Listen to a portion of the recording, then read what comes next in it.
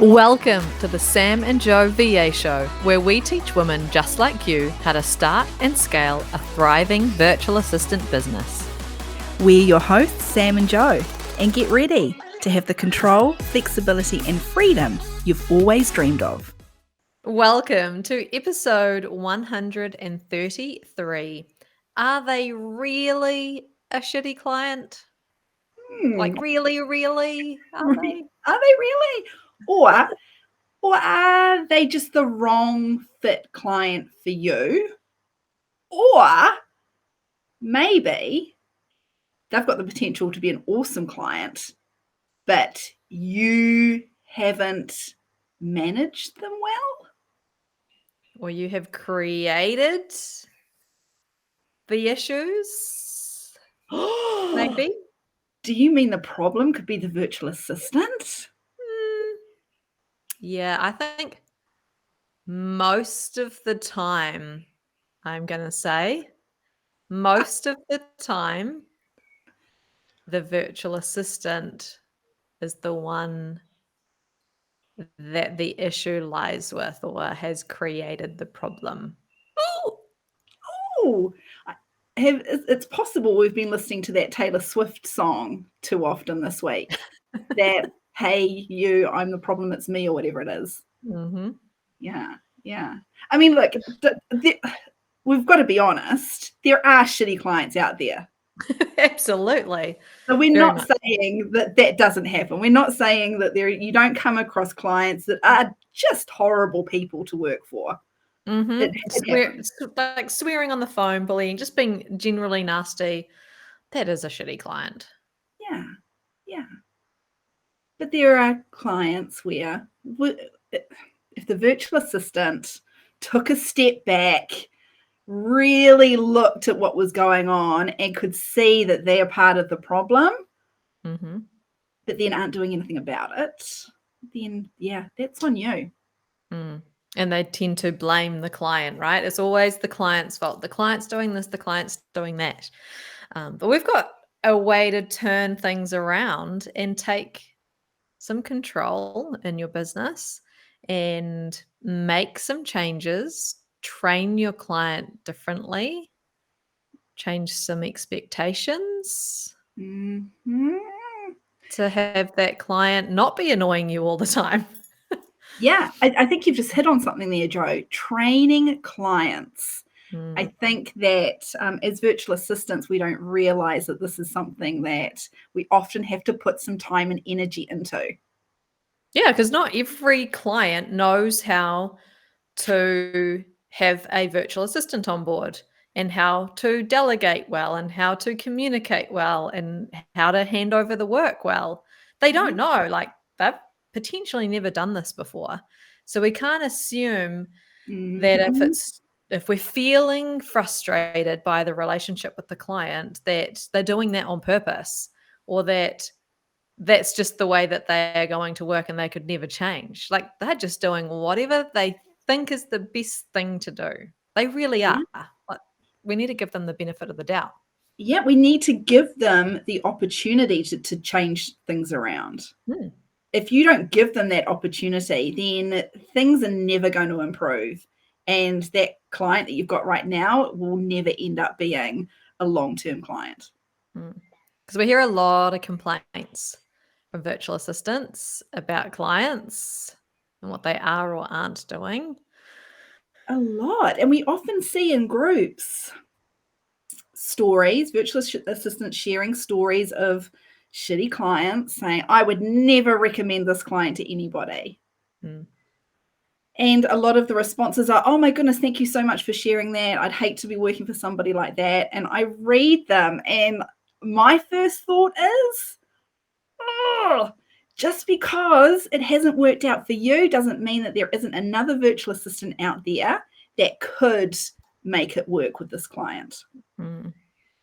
And my initial thought is like, well, have you had a conversation with this client to tell them that you are frustrated or don't like how things are going?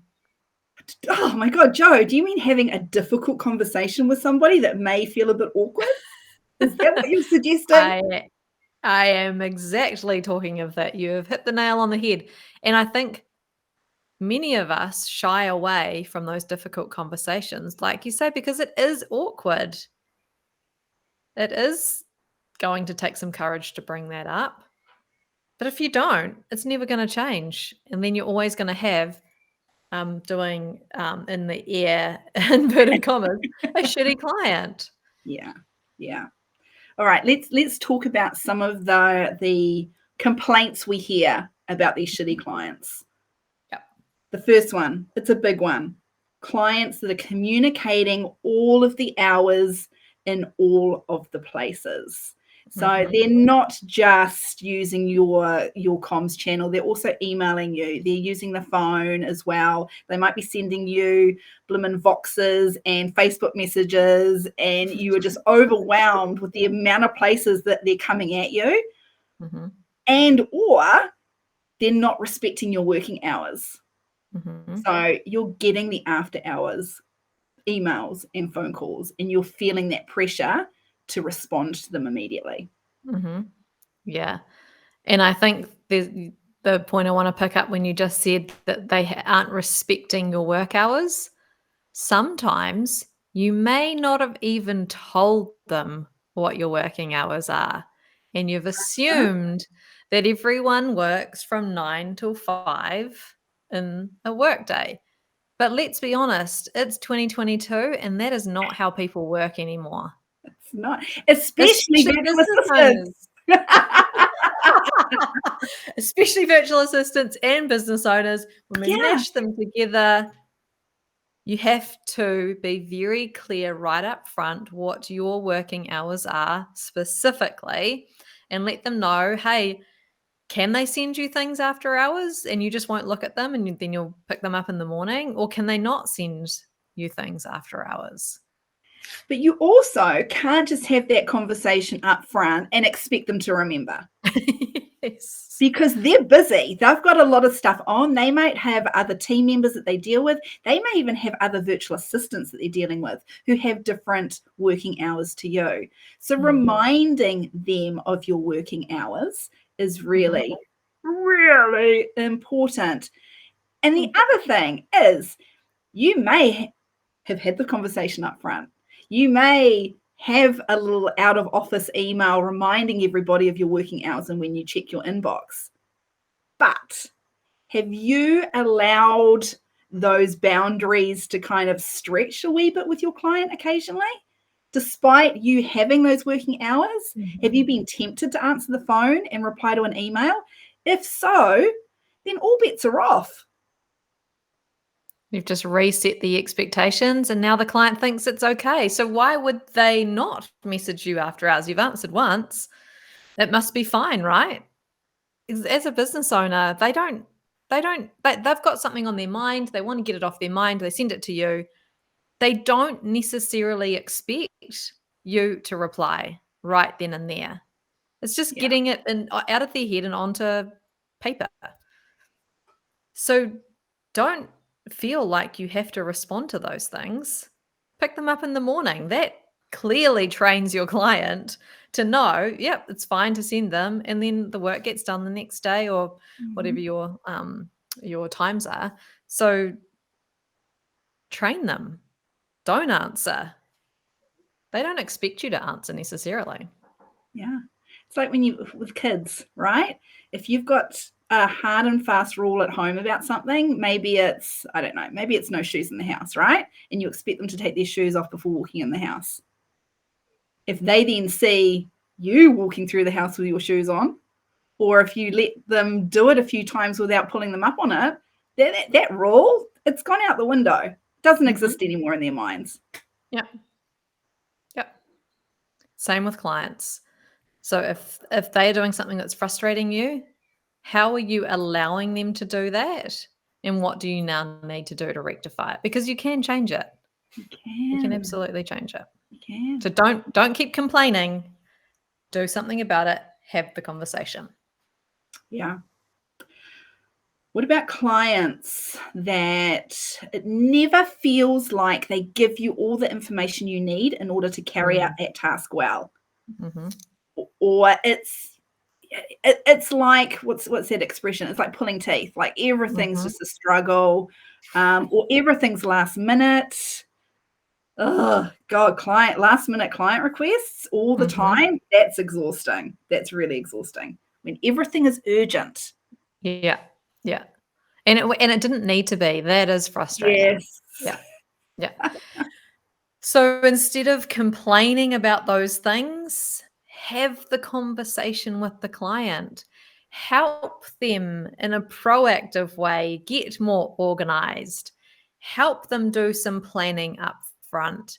Because if everything's last minute, it means that they haven't thought about it early enough and had that Mm, conversation with you. So initiate those conversations yeah. to avoid that from happening. Help them.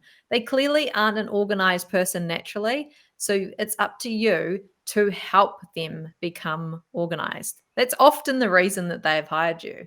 Yeah. Yeah. And communicate this in a way that they see the benefits to them if Hmm. they become more organized and get stuff to you sooner. Hmm. Because there Yeah. are loads of benefits to them. It's not just you. It's not just your workload and your stress levels when everything is always last minute or you're always having to chase for more and more detail. Yeah. This is frustrating for them as well. Hmm. Yeah.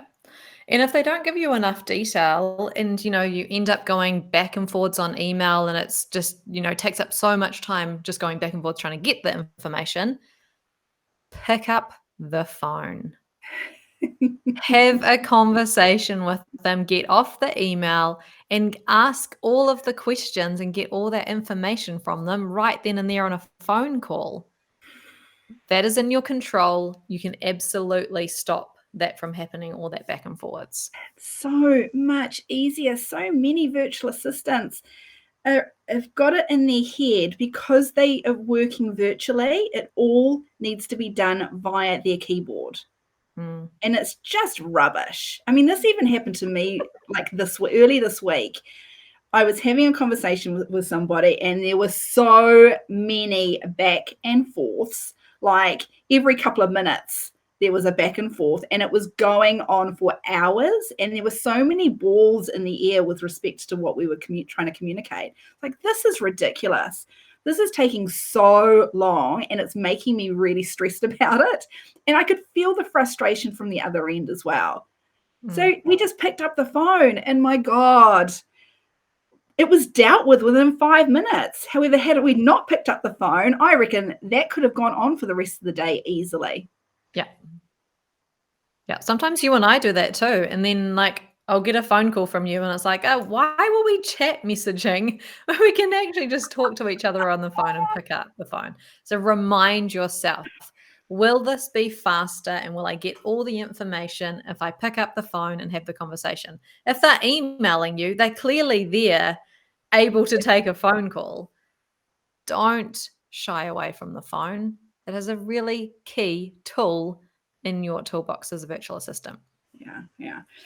Speaking of the kind of emails back and forth and back and forth, I think we've kind of covered it actually, haven't we?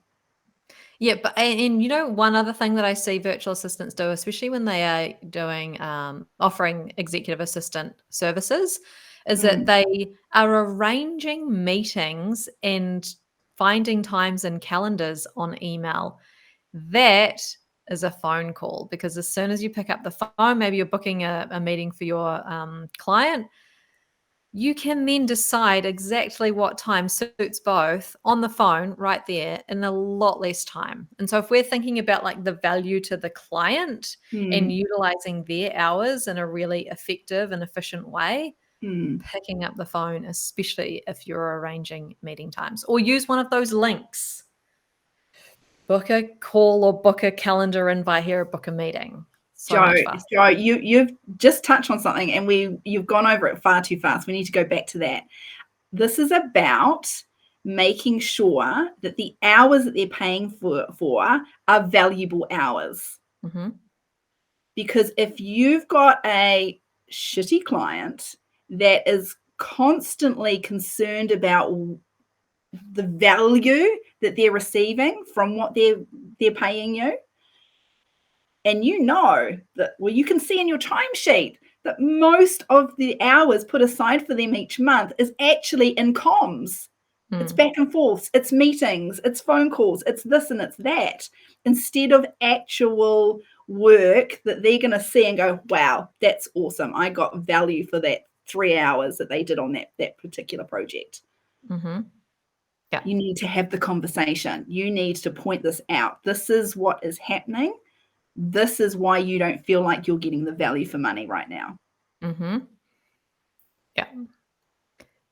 By fixing these issues, it means that your client's going to stay long term because they see that value. So pick up the phone, do what you need to do, have the conversation, have the awkward conversation so that you remedy all of these issues that are having you feel like they're a shitty client. Yeah. Because that's kind of, it's a bit soul destroying if you've got a client that you feel like you have to justify every single hour that you're working with them or for them. Yeah. And it's probably because they just don't, for whatever reason, they're not seeing that value. So you need to have that conversation and bring it up with them. And when you do, it's not about like how you feel. And Sam, you touched on this earlier, but I think it's a really good point. It's not about how you feel or what you want. It's about what is going to benefit the client. So when you're having that conversation, all of it needs to be about the benefit to your client and them getting value from your service. Not that you're frustrated or that you don't like it or like how it's affecting you, but how it is going to benefit them if things are changed and you do things differently. Yeah.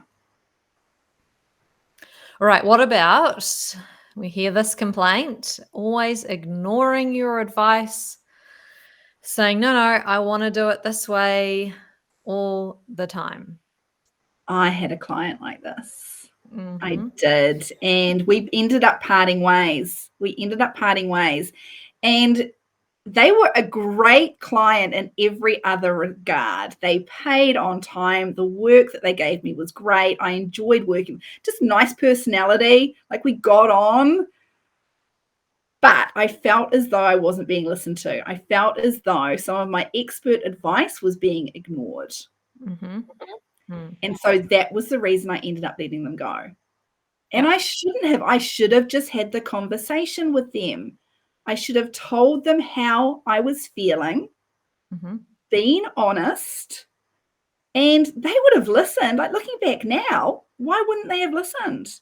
It was on me.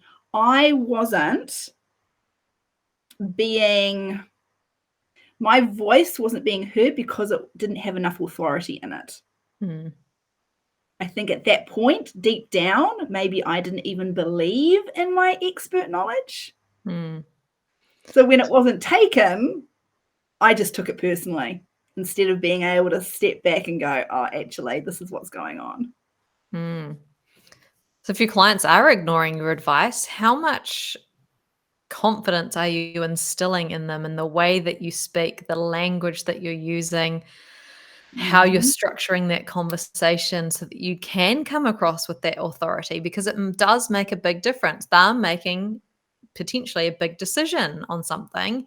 And if they're not feeling confident that you've got the right advice, then they're going to question that and want to go with what they believe is to be true. Yeah, I rolled over too fast. As soon as that first sign that they weren't going to take the advice or they were ignoring what I was saying, I just kind of like, oh, fair enough, leave them to it. They'll learn. Like, it doesn't work that way. It really doesn't work that way. Looking back, it's like, oh, so naive. Oh, young Sam, what were you thinking? Whereas I should have then gone, right, okay, however I've communicated that hasn't come through to them for whatever reason. I need to communicate it in a different way. I need to give them some stats around why I'm giving them this advice. Because personality style comes into that too. Some personalities need the data. They need to see the stats. They need to see the why. Yeah. Some So don't. this client, great client. At the time, I felt shitty as client, but I know other virtual assistants that are working for this client now and are getting on like a house on fire, and it's tickety-boo. So Yeah.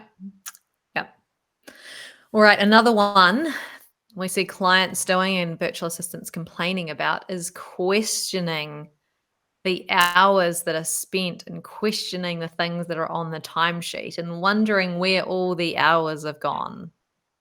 Yeah, we've heard this a lot lately, actually. So why are we hearing it a lot now? Because it wasn't something that we were hearing a lot earlier on. Mm. What's Mm. happening now? Is it that people are feeling the pinch with their dollars, maybe?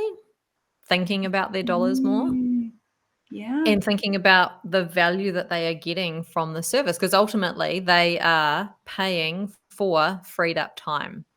Yes. So if they don't feel like they're getting that, then they are going to be looking and saying, "Is this a good use of my money?"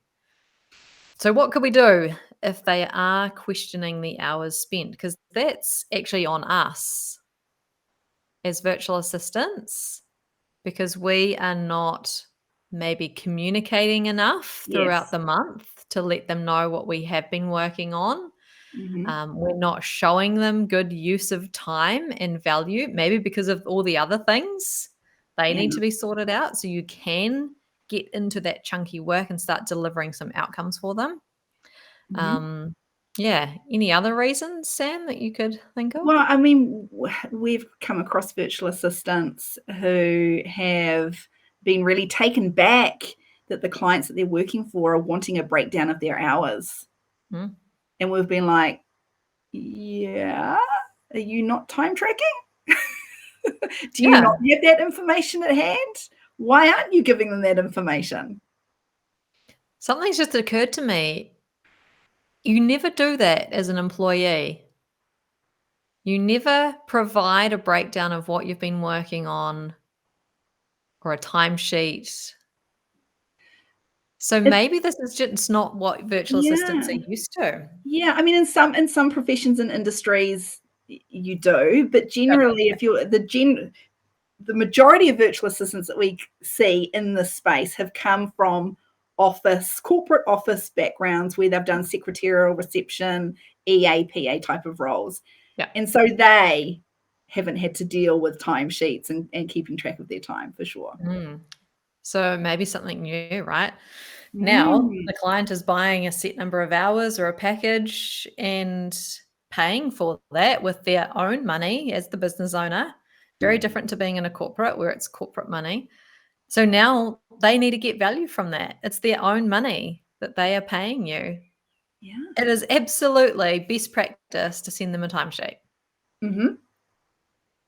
So if they're questioning the hours, you're not doing something, you're not providing them with confidence that they're getting value from their dollars. Yep. Time track. If you Mhm. aren't already, please start like yesterday, right now. There are free time tracking tools that you could use. Just do it. Yeah. Just do it. And put detail into that timesheet, because something that you do on the 2nd or 3rd of the month, you're not going to remember on the 30th, and neither is your client. So have some really great detail in your notes that you put on your timesheet. So you've got something to jog your memory about what you did do. And Mm, the client sees the timesheet and they're like, oh, wow, yeah, there was a lot of work done. I remember, yes, I did actually ask them to do that. So yeah, yeah. gives them confidence. There you go. It's an easy fix. It's a super easy fix. Okay. Another common complaint we hear Mhm. from virtual assistants, especially when they're initially starting out with a new client, but not always. Sometimes it's an ongoing issue. And that's when the virtual assistant can't get the work out of them. Mhm. And if it's a client that they've just started working with, sometimes the virtual assistant's shocked because the discovery call, they were super enthusiastic. They couldn't wait to get started. The handover went really, really well. Once again, can't wait for you to start taking stuff off my plate. And then crickets. Mm. Crickets. They're not getting back to the virtual assistant. And the virtual assistant's just like, they've paid for all these hours, but I can't get the work out of them. Yeah. Very, very common. And I think from the client's perspective too, it's engaging and like saying, yep, I need a virtual assistant and I have all of this work and I'm feeling overwhelmed. That's kind of the easier part. The actual stopping, taking a look, getting the detail, putting the detail in some instructions, communicating it, getting logins, accounts, etc. sorted out takes a lot more effort, often outside of their comfort zone, out of their natural kind of day-to-day work, out of their kind of natural skill set, if they haven't had a person before. And so this is a very hard task for them, and they need their hand held through that process if this is not something that they are used to doing. There is no point sitting behind your computer and waiting for the client to send you work. Yeah, this is not a time to be shy. It's not a time to be worried that you're bothering them too much. You need to step up in this situation. Once again, pick up the phone, have a conversation with them, help them through it, do a Zoom, share a screen, set a time where you help them hand over the work, do something proactive using your initiative to get that work out of them. Yep. And there's obviously a problem in that process where you talked about, Sam, the discovery call in the handbook. There's something missing in your process if you haven't had the work come out of the client. Because that handover meeting, you should be able to do work immediately after the handover. Those quick wins. And if you talk about being proactive, you want to be pulling stuff out that isn't the immediate need to get done right away jobs, but they're nice to do jobs when you've got time, when there's nothing else and things are slow. Yeah, very important to have both of those things discussed in that handover. So you can start straight away, and then you have chunky, big projects that you can do when you don't have anything else to do. Yeah, especially important if you're a virtual assistant with premium pricing, attracting premium clients. They do not want you to be sitting there waiting for something to land in your inbox. Yeah, that is very reactive. That is very low level. If you're positioning yourself as premium, then it's on you to be super proactive. Handhold that client and get that work out of them. Yeah. Okay, let's talk about, and I don't think I've met a virtual assistant that enjoys this at all, being micromanaged. Have you ever been micromanaged, and how did it make you feel? Absolutely. I think everyone has had an instance where they've been micromanaged. It makes you feel untrusted. It makes you feel undervalued. How else? Frustrated. Yeah. It's not a good time at all. No.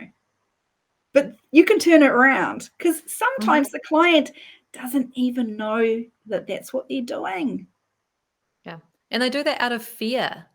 They do it out of fear that, like, do you actually have it under control? Is this going to go well? Do you know what you're doing? Have you got any questions? They're nervous. That's why they do it. Now, the things to do that you could think about to turn this around is upping the communication, having more phone or Zoom time with them, giving them a little like, hey, this is how I'm going. This is what I've done so far. Are you happy with this before I continue? That comms is so important. They just need a bit more comms, because if they're micromanaging you, it's because they are not feeling confident that you've got it in hand. And so it's up to you to do something. Because when you get micromanaged, you tend to pull away, but that is the worst thing to do in that situation. Lean in, communicate with them more, give them that confidence. And if you, hand on heart, truly believe you have tried that and it still hasn't worked, then guess what? Pick up the phone and have an honest conversation about it. Because people can change. When it comes to things like that, they can change if they want it. Yeah. If you never say anything to them, they don't know there's a problem. They are assuming that everything is fine. Yeah. Meantime, you're there sitting behind your desk, pulling your hair out, almost in tears, going, I just can't work for this client anymore. They're oblivious. They have no idea. So it is up to you to let them know, hey, this isn't working. Can we look at doing something different? Mm. It's up to you. It is. You've got the control. Now, the last thing we want to talk about in this episode, last but definitely not least, clients who don't pay you on time aren't always shitty clients. Mm. That's going to be quite hard to hear for some of you, especially if you have an overdue invoice sitting there right now and a client not paying. Are they really a shitty client if they don't pay you? Or have you done something to cause this? I have had a client who owed $16,000. That's a Was big that a chunk of shitty change. client? What's that? I said that's a big chunk of change. Big chunk of change. Were they actually a shitty client, or did I manage them very poorly? Yeah. And the So, answer is well, on paper, I'd go, that's a shitty client, right? yeah, yeah. But then once we hear a little bit more about how you allowed that to happen, then you go, oh, Joe, actually, that might have been on you, love. It was completely on me because we continued doing work without them having paid. We should have stopped as soon as they didn't pay, stopped, had a conversation with them and said, hey, we're going to stop work until you sort out that. I think they were waiting for some funding to come through or something. We're going to stop and going to wait for the funding to come through. And then once you've got us back up to date, then we will continue.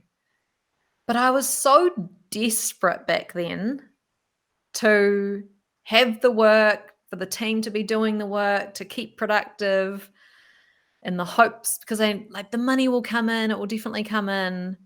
And it put me in such a financially terrible position because trying to cover $16,000 in like paying team members and not having that money come in is very difficult to manage.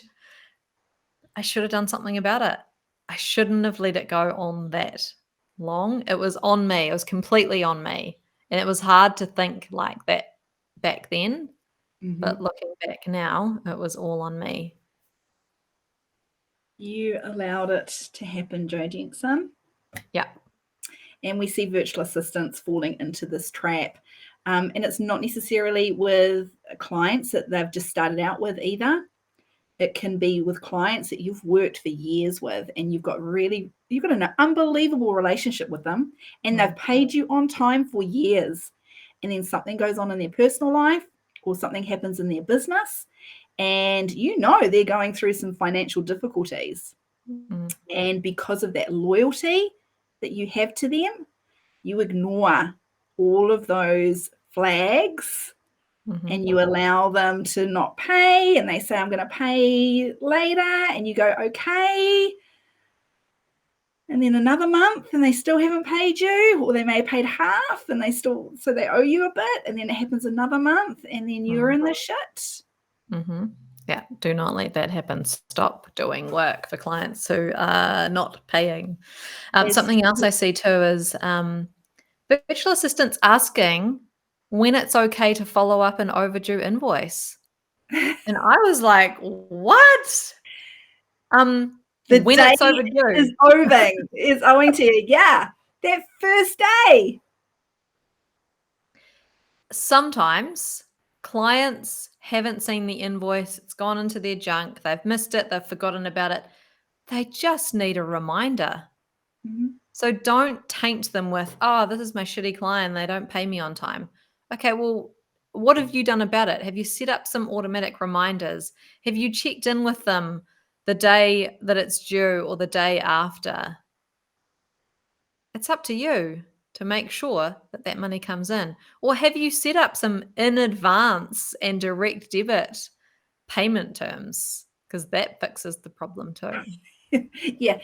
Are you even offering monthly service plans, or are you still doing casual ad hoc hourly rates, which are that you're then invoicing at the end of the month after the work's been done? Mm-hmm. There are things that you can do to prevent this. Yeah. And then if the client is still always late and you're having to remind them month after month and they're ignoring all those automatic reminders, have the conversation with them. Hey, I can't continue this way. I've got my own bills to pay. Yep. If it's not paid on time next time, I'm stopping work.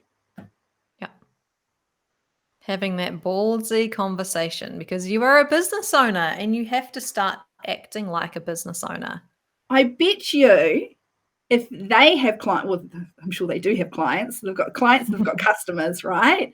They wouldn't put up with it. They wouldn't put up with their clients and customers paying late all the time. Yeah. But they do this to you because you're allowing it. Boom. All of these things, actually, they are doing them because you're allowing it. And some of them, the client has no idea that it is a problem. So what are you going to do about it? One of the things is to pick up the phone, because god damn, people don't pick up the phone anymore.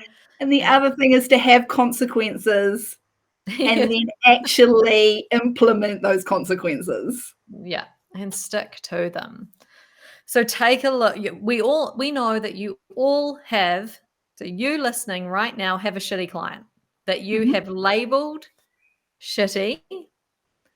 And now we challenge you to actually take a look at, does the client know that you think that they're a shitty client? Now, you're obviously not going to tell them that, but do they know that something isn't okay with you or something that's happening isn't right? And have you had a conversation with them about it?